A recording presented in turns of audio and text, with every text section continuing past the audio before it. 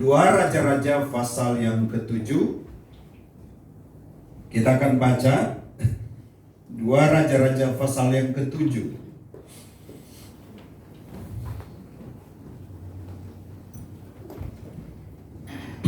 Tapi saya mulai dari ayat 16 ya. Kita akan lihat secara keseluruhan, tapi saya mulai dulu dari ayat yang ke-16. Dua Raja-Raja pasal 7 mulai ayat yang ke-16. Firman Tuhan berbunyi demikian. Maka keluarlah penduduk kota itu menjarat tempat perkemahan orang Aram. Karena itu sesukat tepung yang terbaik berharga sesikal dan 2 sukat jelai berharga sesikal, sesuai dengan firman Tuhan. Adapun raja telah menempatkan perwira yang menjadi ajudannya itu mengawasi pintu gerbang, tetapi rakyat menginjak-injak dia di pintu gerbang.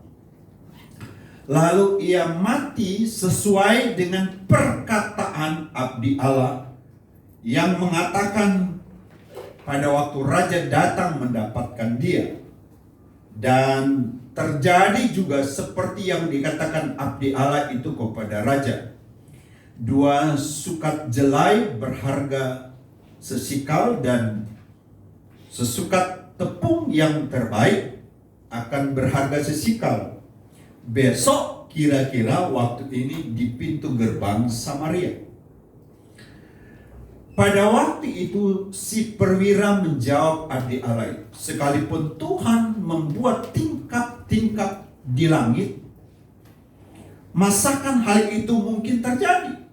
Tetapi Elisa berkata, sesungguhnya engkau akan melihatnya dengan matamu sendiri, tetapi tidak akan makan apa-apa daripadanya. Demikianlah terjadi kepada orang itu. Rakyat menginjak-injak dia di pintu gerbang, lalu matilah ia. Kalau kita menyimak baik-baik kebenaran yang firman Tuhan yang kita baru baca, kita melihat, kita membaca bahwa ada kelimpahan di pintu gerbang Samaria. Ada kelimpahan yang luar biasa sehingga bahan makanan itu kembali stabil, bahkan jauh lebih murah daripada biasanya. Terbalik. Mengapa saya katakan terbalik? Saya ajak dulu saudara baca 2 Raja-Raja pasal 6. Kalau saudara lihat 2 Raja-Raja pasal 6, 2 Raja-Raja pasal 6, saudara akan menemukan di situ, kita akan menemukan bahwa di Samaria, ibu kota Israel ini, terjadi kelaparan yang luar biasa. Karena waktu itu kota Samaria itu dikepung oleh Ben-Hadad, Raja Aram, dikepung sehingga tidak ada yang bisa keluar masuk. Tidak dijelaskan berapa lama Ben-Hadad mengepung Samaria, tapi dijelaskan di pasal 6 sampai mereka kehabisan makanan. Keledai, binatang liar dimakan. Dan terjadi kanibalisme, di mana ada 2 orang ibu memakan anak mereka, ya, karena tidak ada makanan, ya, karena tidak ada makanan. Saya baca sedikit saja ayat yang ke-29, ayat 28 dan 29 atau 28 saja. Jadi kami memasak anak kami dan kami memakan dia. 2 Raja-Raja pasal 6 ayat 29. Kami memasak anakku dan kami memakan dia. Bisa bayangkan, anak sendiri mereka makan. hanya untuk melanjutkan kehidupan mereka. Jadi pasal 6 menjelaskan bahwa terjadi kelaparan yang luar biasa.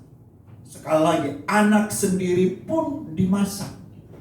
Mereka yang potong, mereka yang masak. Nggak tahu masak rica-rica atau masak asam manis. Ya, kaki-kakinya kali dipakai Brenebon. Ya kan? Saudara-saudara bisa bayangkan masak anak sendiri. Ya. Tapi herannya pada pasal 7 terjadi kelimpahan, keadaan berbalik. Terjadi kelimpahan, bahan makanan sekali lagi kembali stabil, bahkan jauh lebih murah. Hanya dalam waktu 1 hari. Hanya dalam waktu 1 hari itu berubah total. Keadaan berbalik. Mengapa demikian? Kita baca mulai ayat yang pertama, ya. Kita baca mulai ayat yang pertama dari pasal 7. Lalu berkatalah Elisa, dengarlah firman Tuhan. Beginilah firman Tuhan. Besok kira-kira waktu ini sesukat tepung yang terbaik akan berharga sesikal. 2 sukat jelai akan berharga sesikal di pintu gerbang. Dalam keadaan yang begitu sulit, tiba-tiba Elisa berkata sesuai firman Tuhan, besok di pintu gerbang, ya, akan terjadi kelimpahan, di mana tepung yang terbaik, akan ada tepung yang terbaik. Tepung yang mungkin sudah busuk saja kalau ada mereka makan. Tapi ini dikatakan besok akan ada tepung yang terbaik dan harganya sangat murah. Ya, 2 sukat jelai juga harganya sesikal, sangat murah. Sepertinya tidak pernah terjadi kelaparan. Ini yang disampaikan oleh Elisa. Ayat 2. Tetapi perwira yang menjadi ajudan raja menjawab abdi Allah, katanya, sekalipun Tuhan membuat tingkap-tingkap di langit, masakan hal itu mungkin terjadi? Ini ajudan raja, orang kepercayaan raja bilang begini, biar Tuhan buka itu tingkap-tingkap langit, tidak mungkin. Hari ini saja kita lihat rakyat udah kelaparan, anak saja mereka makan. Bagaimana mungkin engkau berkata besok akan ada kelimpahan, akan ada tepung yang terbaik? Hari ini saja kepala keledai, binatang haram bagi orang Yahudi, itu dimakan dan harganya mahal. Ya, jadi raja ini, perwira ini, berkata tidak mungkin. Sesungguhnya, kata Elia, engkau akan melihat dengan matamu sendiri, tetapi tidak akan makan apa-apa daripadanya. Tidak akan makan apa-apa daripadanya. Saya ingin saudara lihat dulu, kembali ke pasal 6, ayat yang paling terakhir. Pasal 6 ayat 33. Karena ini kaitan pasal 6 dan pasal 7. Ini kata Raja Yoram, Raja Israel yang beribu kota di Samaria. Dia berkata begini ketika dia datang kepada Elia. Selagi ia berbicara dengan mereka, datanglah raja mendapatkan dia, maksud Elia. Berkatalah raja kepadanya, sesungguhnya malapetaka ini adalah dari Tuhan. Mengapakah aku berharap kepada Tuhan lagi? Mengapakah aku berharap kepada Tuhan lagi? Ini bahasa keputusasaan, bahasa keraguan, bahasa kekhawatiran, bahasa ketidakpercayaan lagi sama Tuhan. Baru pasal 7 kita lihat ketika Tuhan berbicara melalui Elia bahwa akan ada kelimpahan di pintu gerbang. Orang kepercayaan raja, ajudan raja berkata, enggak mungkin. Apa yang kita bisa lihat dari ayat-ayat ini? Bahwa keraguan, ya, kekhawatiran itu menjalar. Ya, pemimpinnya ragu, iman runtuh, khawatir, nggak percaya. Ya, ajudan orang kepercayaannya juga demikian. Dan apa yang terjadi kita lihat, yang kita sudah baca mulai ayat 16. Elia berkata dari pasal 2, engkau nanti akan melihat, tapi engkau tidak akan menikmati. Bahkan engkau akan injak-injak sampai mati. Dan kita sudah baca tadi, itulah yang terjadi kepada perwira ini. Dia cuma lihat orang menikmati kelimpahan. Dia tidak nikmati, dia tidak dapat apa-apa. Bahkan tragis, dia diinjak-injak sampai mati. Keraguan itu menjalar. Karena Raja Yoram tidak lagi percaya, ragu. Seperti dalam pasal 6 bagian terakhir tadi kita baca, orang kepercayaannya juga seperti itu. Keraguan, kekhawatiran sekali lagi itu menjalar. Contohnya lagi, kalau saudara baca bilangan pasal 13, di situ dijelaskan bahwa 12 pengintai pulang dari pengintaian mereka terhadap negeri Kanaan.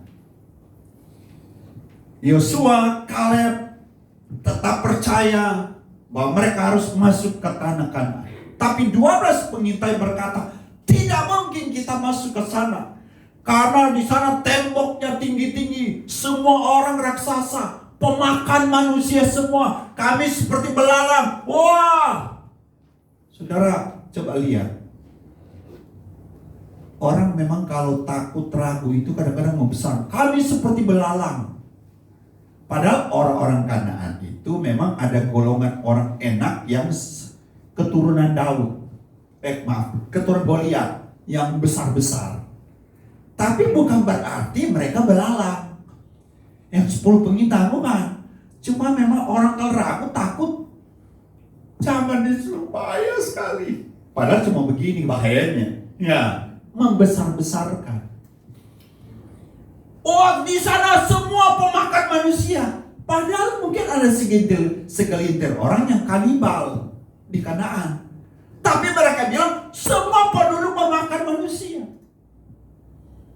Ya, kadang-kadang orang ragu, kadang-kadang membesar-besarkan. Ya.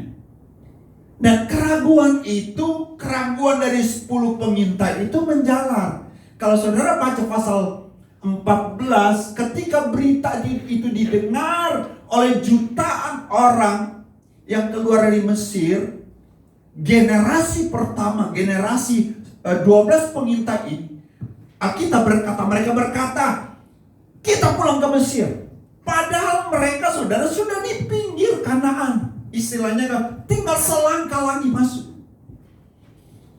Tapi karena mendengar berita negatif, berita yang penuh ketakutan, kekhawatiran dari 10 pengintai, itu jutaan orang terpengaruh. Kemudian mereka berkata, bukankah di Mesir ada semangka bawaan prei? Kita angkat aja pemimpin kita kembali ke Mesir. Padahal perjalanan mereka sudah sangat dekat, sudah di perbatasan. Apa yang terjadi? Tuhan bilang sama Musa, balik ke padang gurun. Untuk apa? Aku akan menghukum mereka. Mereka akan berputar 40 tahun di padang gurun. Perhatikan. Waktu Tuhan bawa orang Israel dari Mesir ke Kanaan, Tuhan tidak bilang aku akan bawa kamu. Memang Alkitab berkata begini, ada jalan yang dekat dari Mesir ke Israel, ya. Kalau sekarang cuma lewati Gaza, sangat dekat. Tapi Tuhan bawa mereka berputar. Tapi Tuhan tidak katakan mereka akan berputar 40 tahun di padang gurun. Tidak. Buktinya mereka sudah dalam Bilangan 13 itu sudah di dekat. Cuma sebelum masuk mereka Musa utus 12 pengintai. Mereka sudah lihat tanah itu, tanah Kanaan. Sebentar lagi mereka masuk. Tapi apa yang menyebabkan Tuhan berkata berputar dan Tuhan hukum mereka di padang gurun selama 40 tahun, dan generasi pertama yang keluar dari Mesir itu mati semua di padang gurun. Yang masuk ke Kanaan generasi kedua, dan 2 orang dari generasi pertama yaitu Yosua dan Kaleb yang tetap percaya kepada Tuhan. Mereka yang menikmati janji Tuhan. Apa yang saya mau katakan di sini? Yaitu ketakutan dari 10 pengintai itu menjalar kepada jutaan orang. Dan mereka korban. Mereka akhirnya tidak dapat janji Tuhan. Mereka mati. Sama dengan ini. Ketakutan, keraguan, kekhawatiran daripada Yoram, Raja Israel ini, menyebar kepada panglimanya, orang kepercayaan. Sehingga kita lihat waktu Elia berkata besok ada kelimpahan di pintu gerbang, dia berkata enggak mungkin. Memang logikanya enggak mungkin. Situasi waktu itu sangat sulit. Ya. Itulah yang terjadi kepada orang kepercayaan raja ini. Dia cuma melihat, dia tidak menikmati. Makanya saudara, jaga, ya. Kalau bapak-bapak, ibu-ibu, jangan kita kadang manusia ada lemahnya. Kadang kita khawatir ya, nggak sempurna kita. Kadang iman kita mungkin ada satu minggu ini agak turun. Tapi berusahalah, jangan sampai itu menjalar kepada anak-anak. Ya. Berusahalah. Jangan sampai iman runtuh, iman anak-anak runtuh. Kalau engkau punya sahabat, kalau mungkin imanmu lagi turun, jangan sampai sahabatmu ya imannya turun karena mendengar cerita-cerita keraguan, kekhawatiran yang kamu sampaikan kepada dia. Apa yang membuat kelimpahan di pintu gerbang ini? Yaitu ketika Elia berkata, besok kira-kira waktu ini firman Tuhan berkata, saudara, keadaan bisa berbalik ketika kita pegang firman Tuhan. Amin. Ketika kita berkata tidak ada perkara yang mustahil, Allah mampu membalikkan keadaan dari yang gak ada, dari yang sulit, dari yang tidak mungkin menjadi mungkin. Amin. Terjadi kelimpahan karena ada firman yang keluar dari mulut Elia. Sampaikan firman Tuhan kepada keadaan yang engkau hadapi, kepada kekurangan yang engkau hadapi, kepada kesulitan yang engkau hadapi. Sampaikan firman Tuhan. Yeskel 37, Tuhan berbawa Yeskel di satu lembah. Dan Tuhan berkata, Yeskel, apa yang kau lihat? Wah, tulang-tulang yang berserakan, yang sangat kering. Tuhan berkata, apakah itu bisa kembali? Oh, aku tidak tahu. Apa perintah Tuhan? Yeskel, bernubuatlah. Keluarkan bahasa-bahasa profetik, bahasa-bahasa iman. Amen. Keluarkan. Yeskel mulai berkata, hai tulang-tulang bersatulah. Tiba-tiba Alkitab berkata, tulang-tulang yang berserakan itu ya, mungkin tulang tangannya di sebelah sana, tulang kakinya di sebelah, mulai bersatu. Ya, mulai bersatu. Tulang sudah sangat kering. Ketika itu Tuhan berkata lagi, katakan kepada urat-urat muncul. Urat-urat tiba-tiba muncul. Katakan kepada daging, katakan kepada semua, bahkan terakhir katakan kepada nafas hidup. Dan itu terjadi. Tuhan berkata, keadaan orang Israel seperti tulang-tulang kering. Mereka berkata, kami tidak punya harapan. Karena waktu itu mereka dalam keadaan sulit. Mereka tidak punya apa-apa. Mereka ada di Babel. Mereka kehilangan semua. Seperti nggak punya pengharapan. Tapi firman Tuhan datang kepada Yesaya untuk bernubuat, untuk mengatakan firman Tuhan di tengah kesulitan yang mereka hadapi. Dan sesuatu terjadi. Mujizat terjadi. Kelimpahan terjadi karena ada firman yang keluar dari mulut Eli. Saudara mau pilih kekhawatiran, ketakutan yang keluar dari mulut saudara. Ingat, itu akan menjalar. Seperti orang ketika dia berkata, aku tidak percaya lagi. Ajudannya pun seperti itu. Ajudannya cuma melihat dan tidak menikmati. Sama dengan orang Israel. Ya. Ketika mereka berkata, wah tak mungkin kita masuk di sana. Itu yang terjadi. Ketika mereka berkata, di sana pemakan manusia. Mereka takut untuk melangkah masuk. Akibatnya, ya 10 jutaan orang mati. Tidak menikmati janji Tuhan. Saya ingin kita semua menikmati janji Tuhan. Amin. Apa yang Tuhan janjikan. Saudara, kita harus nikmati. Tapi yang paling penting bagi saudara, ya, dan saya, katakan firman Tuhan. Amin. Ya. Mungkin engkau nggak punya uang, katakan Tuhan berkati saya. Tuhan sanggup memberkati. Mungkin engkau tertutup jalan saat-saat ini. Katakan Tuhan, engkau mampu membuka jalan di saat aku tidak ada jalan. Katakan ketika pintu di depanmu tertutup, katakan dalam nama Yesus, dalam nama Tuhan Yesus Kristus, tidak ada perkara besar. Pintu-pintu berkat terbuka. Dan itulah yang akan terjadi. Tapi sebaliknya, kalau engkau pilih seperti orang, ketakutanmu akan menyebar, membuat keluarga orang lain akan menderita, bahkan hidup, bahkan mungkin akan mati secara rohani. Di tengah kesulitan yang sedang melanda dunia, kita berharap kepada siapa? Berharaplah kepada Tuhan. Imani bahwa Allah bisa membalikkan keadaan. Dari hari ini mereka gak punya apa-apa. Dari hari ini mereka tidak ada apa-apa. Anak pun dikatakan pasal 6 dimakan karena gak punya apa. Tapi Allah buat keadaan terbaik besok. Kenapa? Karena ada firman yang keluar dari mulut kalian. Biarlah firman iman yang keluar dari mulut. Walaupun kadang-kadang kekhawatiran, ya, iblis mendorong kita untuk khawatir, ya, sehingga kita mulai mengeluarkan perkataan-perkataan ketidakpercayaan lagi sama Tuhan. Mari seperti Daud, Alkitab berkata Daud menguatkan kepercayaannya ketika istri anaknya yang ada di Siklag sudah dirampas, sudah diambil. Ketika kota Siklag itu sudah dibakar.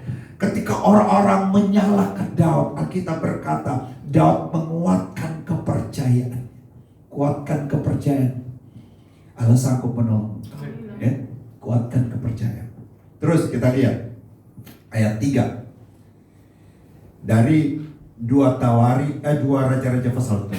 4 orang sakit kusta ada di depan pintu gerbang. Berkatalah yang seorang kepada yang lain, mengapa kita duduk-duduk di sini sampai mati? Jika kita berkata, baiklah kita masuk ke kota, padahal kota ada kelaparan, kita akan mati di sana. Dan jika kita tinggal di sini, kita akan mati juga. Jadi sekarang marilah kita menyeberang ke perkemahan tentara Aram. Jika mereka membiarkan kita hidup, kita akan hidup. Jika mereka mematikan kita, kita akan mati. Lalu pada waktu senja bangkitlah mereka masuk ke tempat perkemahan orang Aram. Tetapi mereka sampai ke pinggir tempat perkemahan orang Aram ini, itu tampaknya tidak ada orang di sana. Di luar pintu gerbang ada dikatakan 4 orang yang berpenyakit kusta. Orang yang dulu kalau berpenyakit kusta dia diisolasi. Ya, karena dulu kan belum ada obatnya, diisolasi. Artinya mereka orang-orang yang terhina. Orang-orang yang jauh dari lingkungan yang baik. Mereka tersiksa fisik mereka, batin mereka tersiksa. Dan mereka akhirnya tidak punya apa-apa. Tidak punya apa. Mereka ada di pintu gerbang dan tiba-tiba mereka berkata begini. Kalau kita masuk ke kota, kota lagi kelaparan. Ya sama aja kita mati. Kalau kita tetap berdiam di sini, kita juga akan mati. Kalau kita ke perkemahan orang Arab, kita juga akan mati. Tapi kalau saya pakai bahasa sekarang, mendingan kita di sana, ya, mendingan kita di sana. Jadi semua ada resikonya. Kalau tetap tinggal, resikonya mati. Masuk ke dalam kota, resikonya juga mati. Mau pergi ke perkemahan orang Arab, resikonya juga mati. Tapi mereka, kita lihat, mereka tetap melangkah. Mereka itu bergerak. Walaupun semua ada resikonya, tapi mereka bergerak. Daripada kita mati di sini, mendingan di sana. Semua apa yang kita kerjakan, saudara, ya selalu ada resikonya. Ya, kita berbuat baik saja, kadang orang jelekin. Nah, ya kan? Kita melayani, wah, dia melayani. Kan dia nggak tahu hati kita. Tapi selalu ada resikonya, kita harus siap. Ya, selalu ada resiko. Nah, tapi saya mau katakan begini, orang ini nggak punya apa-apa, mereka nggak punya harapan. Ya, mereka berkata masuk mati, di sini mati, ke sana juga mati. Tapi kita harus bergerak. Artinya mereka nggak mau berpasrah dengan keadaan. Keadaan waktu itu sulit, tapi mereka tidak mau berpasrah dengan keadaan. Makanya dia berkata, walaupun di sana resikonya juga mati, mari kita bergerak di sana. Mari kita melangkah. Dan saudara lihat, ya. Dan kemudian ketika mereka sampai di sana, ternyata orang-orang Arab sudah lari.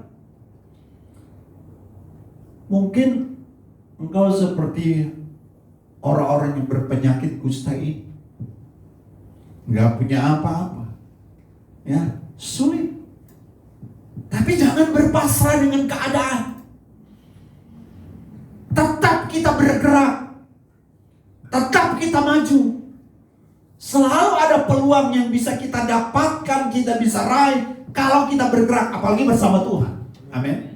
Mereka kan melangkah itu karena memang Tuhan mau seperti itu. Ya, mari terus melangkah. Waktu Saul melihat Goliat, bagi Saul karena sudah kehilangan iman, dia nggak pernah bergerak menghadapi Goliat. Walaupun Goliat sudah tampil 40 hari. Karena bagi dia tidak ada peluang untuk bisa mengalahkan Goliat. Waktu itu Alkitab bilang begini, orang yang paling tinggi di negeri Israel itu Saul. Artinya Saul yang layak menghadapi Goliat. Tapi ketika Saul lihat Goliat, nggak ada peluang untuk bisa mengalahkan. Badannya beda jauh. Persenjataannya saya cuma pedang begini, dia pedang besar. Perisainya saya perisai kecil, dia perisai besar sekali. Saya pakai baju perang, tapi dia juga pakai baju perang, baju Romawi. Sehingga dari kaki sampai ke atas nggak ada peluang. Bagi saya cuma tombak lebih untuk bisa mengalahkan ini. Goliat nggak ada peluang. Karena pada dasarnya memang dia juga sudah kehilangan iman. Tapi kita lihat waktu Daud muncul, karena Daud tetap percaya bahwa Tuhan lebih besar daripada apapun. Alkitab berkata, Daud itu bergerak. Waktu Goliat mau maju, Alkitab berkata begini, Daud berlari. Karena Daud punya iman, Daud melihat satu peluang yang kecil sekali. Nggak mungkin. Di mana? Di jidat. Saudara tahu? Orang-orang Romawi kalau pakai itu namanya ketopong, itu sampai di sini. Ya kan? Tapi ada peluang sedikit di jidat ini yang nggak tertutup. Karena kalau begini kan mata bisa tertutup. Peluangnya kecil sekali. Dan itu yang dilihat, peluang kecil itu yang dilihat oleh apa? Daud. Bagi Saul nggak mungkin. Tapi Daud bisa melihat peluang kecil sekali. Dan peluang itulah yang dia terobos dengan batu yang diambil sungai. Dan Goliat menang. Mungkin engkau melihat satu peluangnya, aduh nggak mungkin, kecil. Terus bergerak maju. Jangan putus asa. Aku bisa apa-apa di tengah situasi ini. Aku mau jualan. Memang kayaknya boleh lah daripada. Tapi aduh, untungnya kecil. Kalau masih itu yang bisa kau lakukan, lakukan. Terobos. Amin. Jangan berpasrah seperti orang ini. Kalau kita masuk kota, kita mati. Di sini juga kita mati. Di sana juga mati. Tapi di sana masih ada peluang sedikit. Ya. Jangan berputus asa. Kalau 4 orang ini tidak bergerak, tidak terjadi juga. Mengapa keadaan bisa terbalik ya? Karena ada firman. Yang kedua, karena 4 orang ini tidak berpasrah. Mereka juga yang Tuhan pakai sebagai Allah. Mereka bergerak. Ya. Mereka yang bergerak. Dan kemudian mereka yang membawa kabar bahwa perkemahan orang Arab sudah kosong. Saudara, di tengah situasi sesulit apapun, kalau kita percaya, kita bisa melihat peluang-peluang walaupun kecil. Ketika peluang itu engkau lihat dan engkau mulai bergerak, pasti Tuhan tolong. Amin. Mungkin keadaannya nggak mungkin. Nggak mungkin. Ya? Nggak mungkin. Jangan berputus asa. Terus bergerak seperti 4 orang berpenyakit kusta. Mereka bergerak. Jangan berkata jadilah. Ya, sudah begini. Jangan menyerah. Ya. Dalam jangan menyerah. Ya. Jangan menyerah dengan keadaanmu sekarang. Ya. Ada Tuhan yang bisa menolong engkau. Amin. Ada Tuhan yang beserta dengan engkau. Ayat yang sebab Tuhan telah membuat tentara Arab itu mendengar bunyi kereta, bunyi kuda, bunyi tentara yang besar, sehingga berkatalah yang seorang kepada yang lain, sesungguhnya Raja Israel telah mengupah raja-raja orang Het dan raja orang Misraim atau Mesir melawan kita supaya mereka menyerang kita. Karena itu bangkitlah mereka melarikan diri pada waktu senja dengan meninggalkan kemah dan kuda, keledai mereka serta tempat perkemahan itu, dan begitu saja mereka melarikan diri menyelamatkan nyawanya. Saudara lihat luar biasa Tuhan. Orang Arab yang membawa bekal yang luar biasa banyak, dengan persenjataan yang lengkap. Tiba-tiba saja mereka lari, cuma baju di badan. Dan semua harta benda mereka, lembu sapi, emas, perak, ya, semua mereka tinggalkan karena mereka ketakutan. Kenapa mereka ketakutan? Karena mereka mendengar bunyi derap langkah tentara yang sangat besar. Baru asumsi mereka, wah ini tentara Mesir, tentara orang Het gabungan. Kita lihat kita sudah dikepung, maka mereka menyelamatkan diri mereka. Yang penting kita selamat. Mereka lari, semua mereka tinggalkan. Mungkin ada yang pakai baju agak berat kan dulu kan bajunya, ya, banyak. Mereka memang sudah tinggalkan saja, biar cuma baju menempel badan, yang penting selamat. Padahal itu cara Tuhan, saudara. Bukan tentara Mesir, bukan orang Het, tapi itu cara Tuhan. Tuhan cuma kasih dengar sama mereka bunyi seperti tentara. Oh Tuhan kalau bekerja ajaib saudara. Tuhan kalau bekerja ajaib. Hanya mendengar bunyi. Ya, berkat Tuhan datangkan bagi orang Israel. Ketakutan di pihak sebelah, tapi kelimpahan di pihak sebelah. Hanya karena mendengar bunyi tentara yang besar. Ya, Tuhan bisa lakukan perkara kalau engkau beriman, kalau engkau terus bergerak, ya. Tuhan bisa bekerja. Ya, Tuhan bisa bekerja. Tuhan bisa bicara kepada orang, sudah kamu beli aja di toko sana atau ibu sana dijual buah. Kalau di sana sih bagus. Dia timbangannya jujur, ya. Makanya saudara kalau ya jualan, kalau bilang asli, asli ya. Supaya Tuhan tolong. Jangan KW saudara bilang asli, bagaimana Tuhan tolong?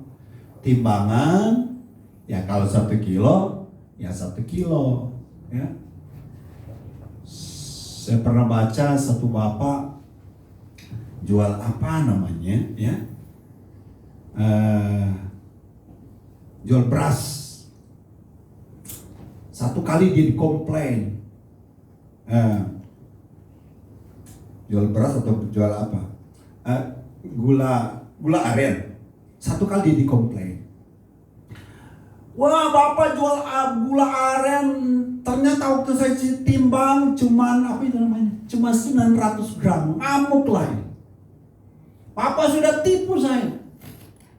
Aduh, ini Bapak kesal. Gula aren ini dia beli dari seseorang.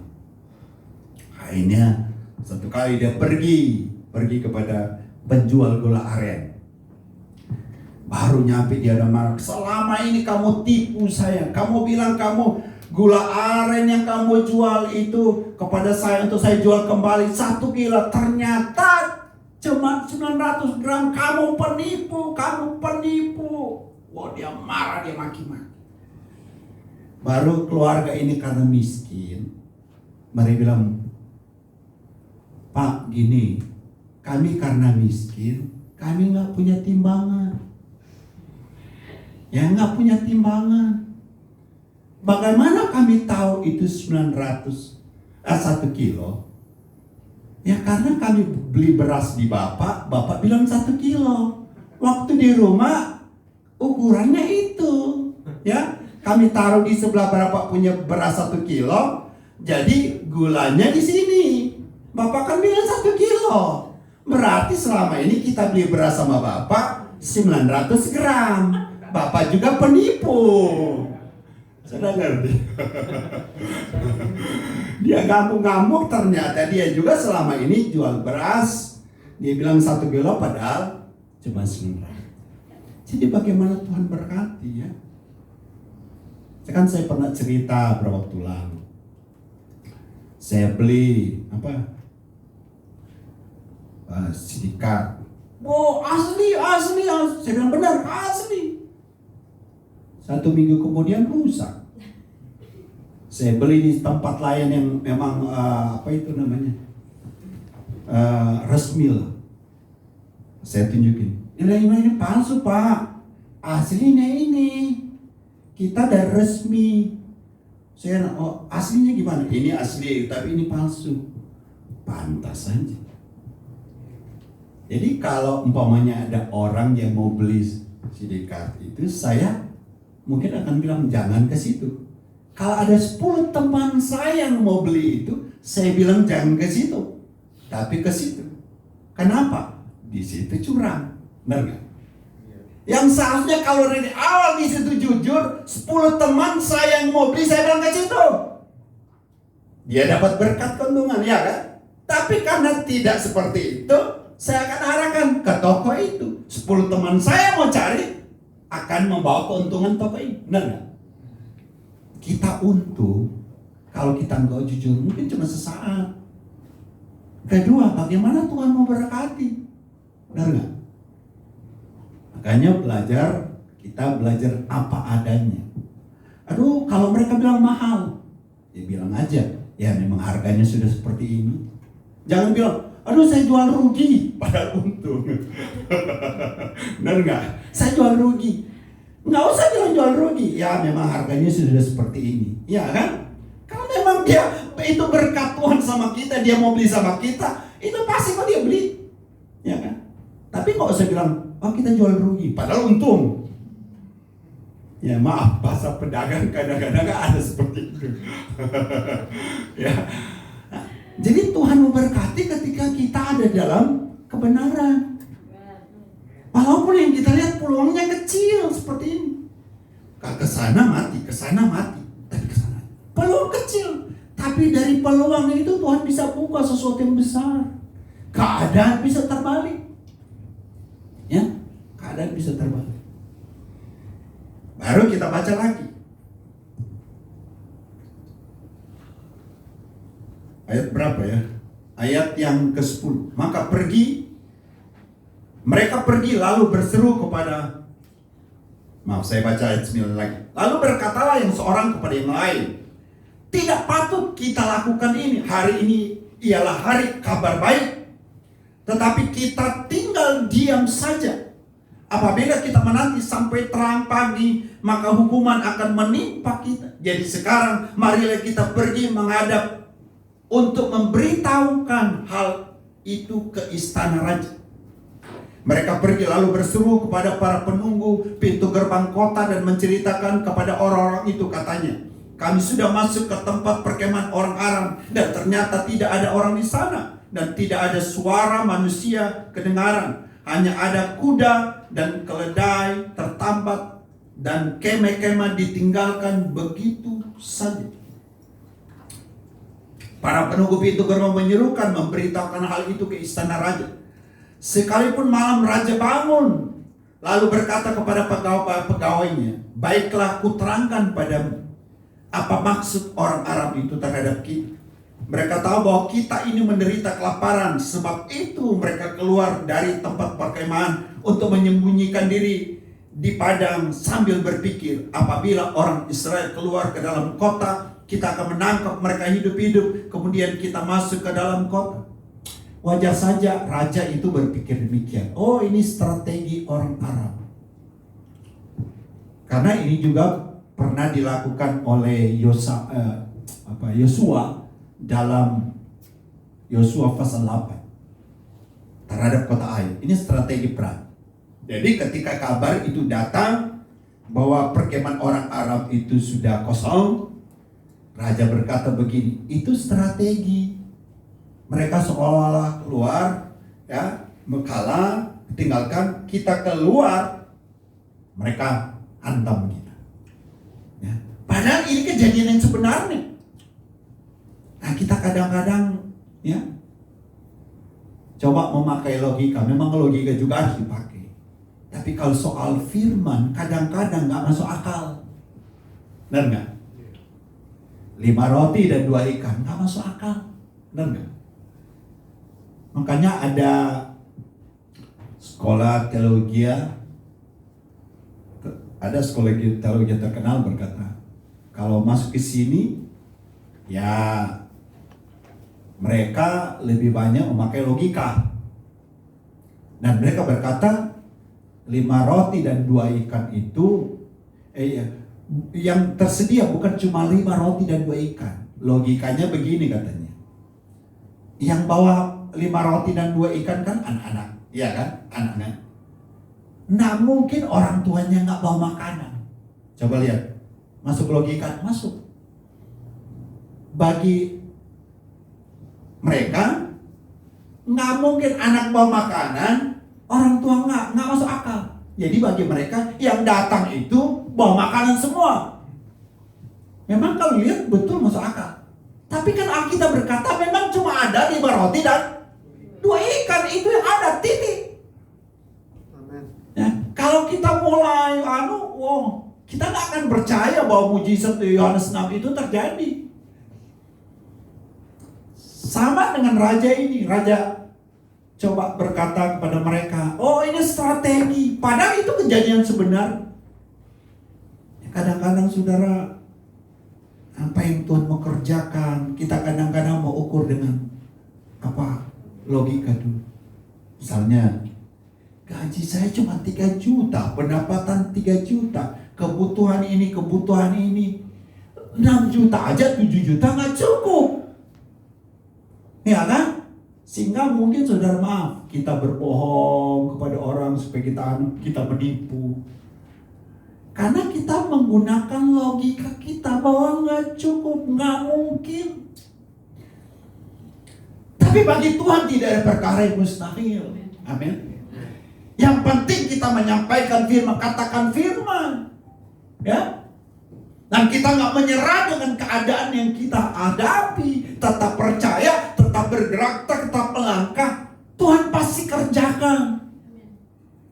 Saudara dan saya adalah milik kesayangan Tuhan, dikasih oleh Tuhan. Tuhan berkata burung di udara saja Tuhan pelihara, apalagi kita. Tapi yang menjadi masalah adalah ketika kita kehilangan iman, ketika kita menyerah dengan keadaan. Teman saya, ya walaupun hamba Tuhan, mungkin ada waktu 3 bulan dia di kursi roda karena 2 kakinya bengkak. Dokter bilang ginjalnya tinggal 65%. 3 bulan. Sampai satu kali dia bilang, saya hampir putus asa. Hampir ya. Karena sepertinya Tuhan tidak dengar. Kakinya udah bengkak, jantungnya juga, ginjal. Tapi kita kayak gitu pergi, kita doakan. Kemudian luar biasa dia sembuh. Dan tiba-tiba ginjal yang tidak diobati, yang dokter bilang tinggal 65%. Ketika diperiksa kembali, dokter kaget karena ginjalnya sudah 95%. Tidak diobati. Allah mampu mengubah keadaan. Amin. Yang penting kita tetap percaya. Yang penting kita jangan berpasrah, bergerak. Apa yang kita bisa lakukan? Kalau hal itu berkenan, orang bilang kalau hal itu halal, lakukan. Ya, tetap percaya Tuhan pasti tolong. Amin. Tapi kadang kita bermain logika seperti rajin. Ayat 13. Lalu salah seorang pegawainya menjawab, baiklah kita ambil 5 ekor dari kuda yang masih tinggal dalam kota ini. Tentulah keadaan seperti seluruh khalayak ramai Israel yang sudah habis mati. Biarlah kita suruh saja orang pergi supaya kita lihat. Sesudah itu mereka mengambil 2 kereta. Kemudian raja menyusul tentara Aram sambil berkata, pergilah melihatnya. Ayat 15. Lalu pergilah mereka menyusul orang-orang itu sampai ke sungai Yordan. Dan tampaklah seluruh jalan penuh dengan pakaian perkakas yang dilemparkan oleh orang Aram pada waktu mereka lari terburu-buru. Kemudian pulanglah suruhan-suruhan itu dan menceritakan hal itu kepada raja. Ayat 16. Maka keluarlah penduduk kota itu menjarah tempat perkemahan orang Aram, karena itu sesukat tepung yang terbaik berharga sesikal, 2 sukat jelai berharga sesikal, sesuai dengan firman Tuhan, dan seterusnya. Itu yang terjadi. Itu yang terjadi. Ya? Keadaan berbalik. Apa yang kita alami? Ya. Apa yang kita hadapi? Mungkin tidak separah orang-orang Israel yang ada di kota Samaria. Tidak separah dengan mereka. Tapi kalau saja mereka mengalami satu keadaan yang berbalik, Tuhan yang sama bisa kerjakan kepada kita. Amin. Asalkan mari kita sampaikan firman. Mari kita sebutkan firman. Mari kita imani firman. Nah, dan kedua, mari kita bergerak. Ya, bergerak terus. Bergerak bagi kemuliaan nama Tuhan. Dan mari kita seperti orang kusta yang hina, yang rendah, terisolasi, tidak dipandang, tapi mereka siap mau dipakai. Coba saudara lihat, Mereka hanya berkata, aduh ini kabar baik, kita harus beritahu. Kita harus beritahu. Mereka jadi alatnya Tuhan. Sini kelaparan, sini ada makan limpah. Mereka jadi perantara. Ya kan? Mereka yang pergi lihat, mereka juga yang beritahu. Biar saudara menjadi alatnya Tuhan. Ya. Sini kekurangan, mereka jadi alat Tuhan, memberitakan bahwa ada kelimpahan, sehingga kelimpahan beralih ke sini. Ya. Saudara bisa jadi alat Tuhan dalam banyak hal. Dalam pekerjaan Tuhan, ya. Saudara bisa jadi alat Tuhan, apapun keadaan. Misalnya gereja membutuhkan dana, saudara bisa jadi alat Tuhan dengan berkat yang kau miliki. Tapi kalau kau tidak punya apa-apa, engkau juga bisa jadi alat Tuhan. Mungkin ada rekanmu, ya, yang memang Tuhan mau pakai, engkau bisa jadi alat Tuhan menyampaikan, sehingga di sini kebutuhan, di sini kelimpahan bisa beralih ke sini. Kenapa? Ada 4 orang kusta ini yang Tuhan pakai. Biar saudara juga mau siap Tuhan pakai. Amin. Bagi kemuliaan akan nama Tuhan. Sehingga ini tertolong. Karena ada ini. Ada 4 orang. Ya kan? 4 orang ini. Mereka beritahu ada kelimpahan. Sehingga kelimpahan itu beralih.